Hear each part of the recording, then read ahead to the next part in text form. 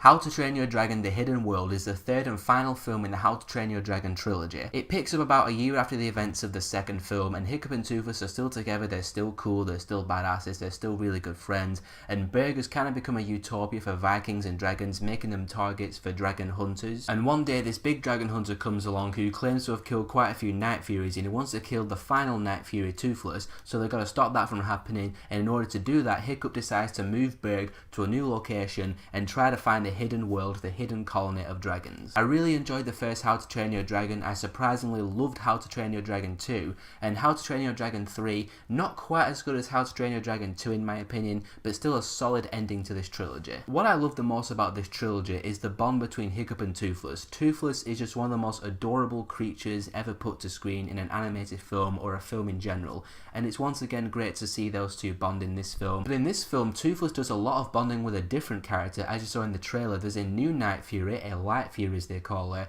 and the relationship, romance between these two dragons was adorable. It was really endearing, and there was zero dialogue between the two. Every time they share the screen, they're just doing their dragon movements, their dragon noises. It kind of reminded me of Wall-E and Eve from Wall-E, but obviously there was more dialogue in that film between those two.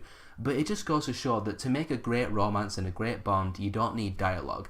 Everything that needed to be said was just told through the language of their body movements, their noises, the musical score. It was really well done. That's the thing that brings you into the film the most, is that particular bond between Toothless and the Light Fury. It was really well done. Generally speaking, this film has pretty much everything that you liked about the first two How to Train Your Dragon films. It has the cool characters, great cinematography. Whenever they're flying around, the camera's following them. It looks really cool, really awesome to watch. The animation is once again really great, especially in that scene where they first find the dragon colony, the hidden world. That was spectacular to see on the big screen. And of course it has the heart and the emotion that just hits you where you live. But I will say, I don't think How to Train Your Dragon 3 was as emotionally resonant as How to Train Your Dragon 2 for me. How to Train Your Dragon 2, there were quite a few moments that really hit me and nearly got me tearing up at parts. If you've seen How to Train Your Dragon 2, you know exactly the parts I'm talking about. That's not to say that the hidden world doesn't have its emotional moments, its effective moments, like I said, with Toothless and the new Light Fury, but also the last 10 minutes of this film,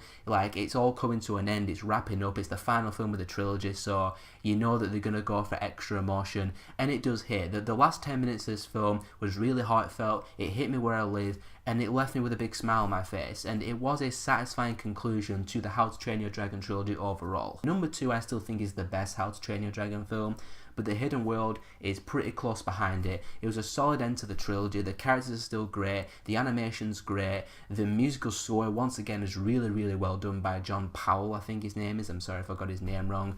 And again, the emotion, the heart, again, everything you liked about the first two films is in this film. It's really well done. I think you're going to have a good time with it. I had a good time with it. So I'm going to give How to Train Your Dragon The Hidden World a 4 out of 5. Thanks for watching as always, guys. Let me know what you thought of How to Train Your Dragon 3 when you get a chance to see it, and which film in the trilogy is your favourite. Whatever your thoughts are, let me know that stuff down below. And if you want to see more of my stuff, click on one of these things in a second, and I'll see you all next time.